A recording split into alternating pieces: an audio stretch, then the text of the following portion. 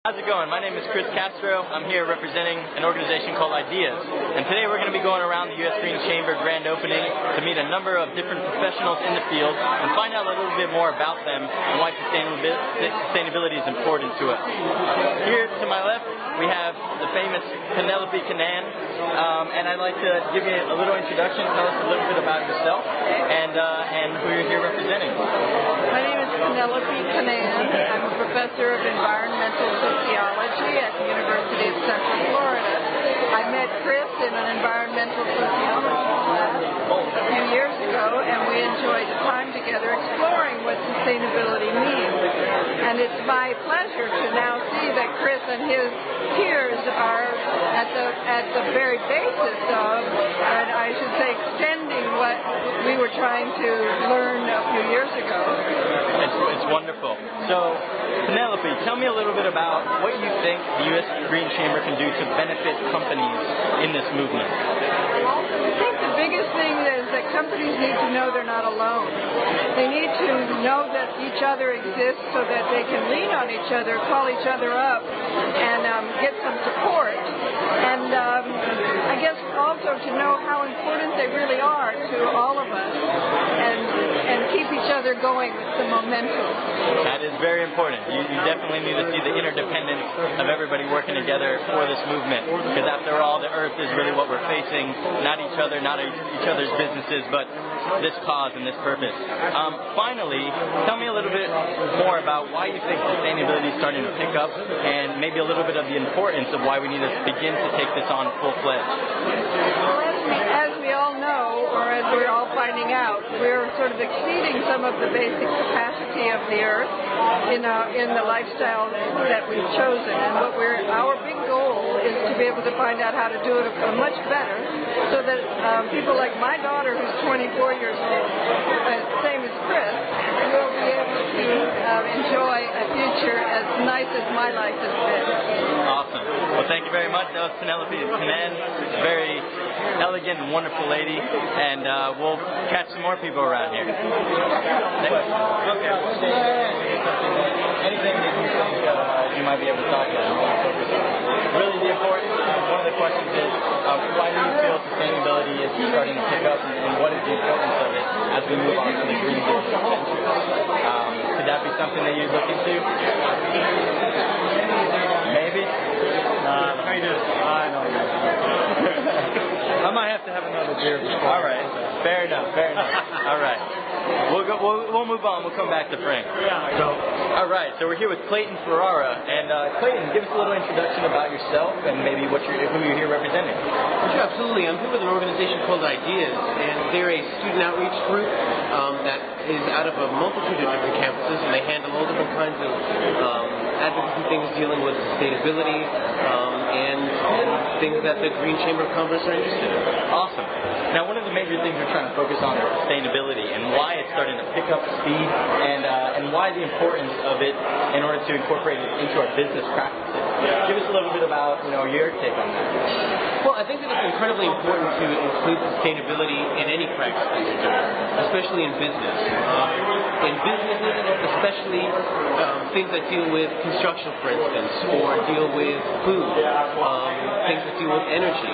Those types of businesses are all relying on getting resources that they're taking and using for their products, supplying to people, all different kinds of things. So many different sustainability issues: material costs, fuel costs, housing costs, costs of construction, machining things all come into play. And if you have a business that uses the most available, sustainable methods to do what it does, then it's just going to be that much more efficient.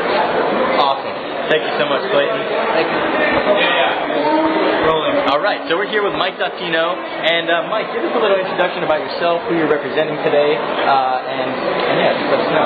Actually, today I'm here because my wife is working the event. Okay. So she works as a designer for VHM. Awesome. But she's actually in the process of studying to become LEED certified. Oh wow, that's great. So she's taught me quite a bit about sustainability. I'm a finance guy, so Cool. I don't always necessarily get the design stuff, but I do get how in the long run this stuff makes a lot of sense. So from your take as a finance guy, why is it important to incorporate things like LEED or energy efficient building practices in our businesses today?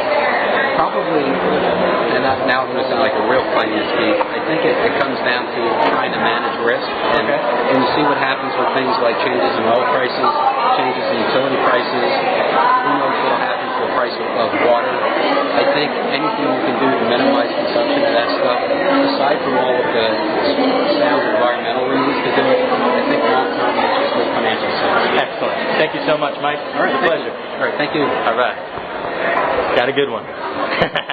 Can you tell us a little bit about why this is important to start transitioning to electric vehicles and maybe some of the challenges that we're facing that are going to need us to transition quickly here? I mean, I think that it's healthy for us as a human society and also as a country to move towards a more sustainable source of energy for personal transport. I mean, historically, oil and fossil fuels have come from politically and socially hostile parts of the world for just sociological and anthropological reasons. I think moving to electric is great, and many people make the argument that electricity can come from coal as well, and that's true, but it has the option to be derived from the sun or from the wind, where petroleum is coming from the ground most of the time in the Middle East. So I think that's one of the reasons why electric vehicles are so important. And why the Roadster is important is because it really symbolizes that electric cars can be fun, fast, durable, and have decent range for folks to get more than just around town. So it wasn't Tesla's sole intention to make expensive sports cars for rich people to say, hey, I can be green too. This was just our proof of concept. That's also used as a marketing tool to showcase that Tesla can make quality product, and eventually we'll be coming out with other type vehicles. First with the Model S that'll be priced at about half this and fit twice as many people. That's excellent. And with this transition, we're obviously going to see the need for electric vehicle infrastructure in different areas.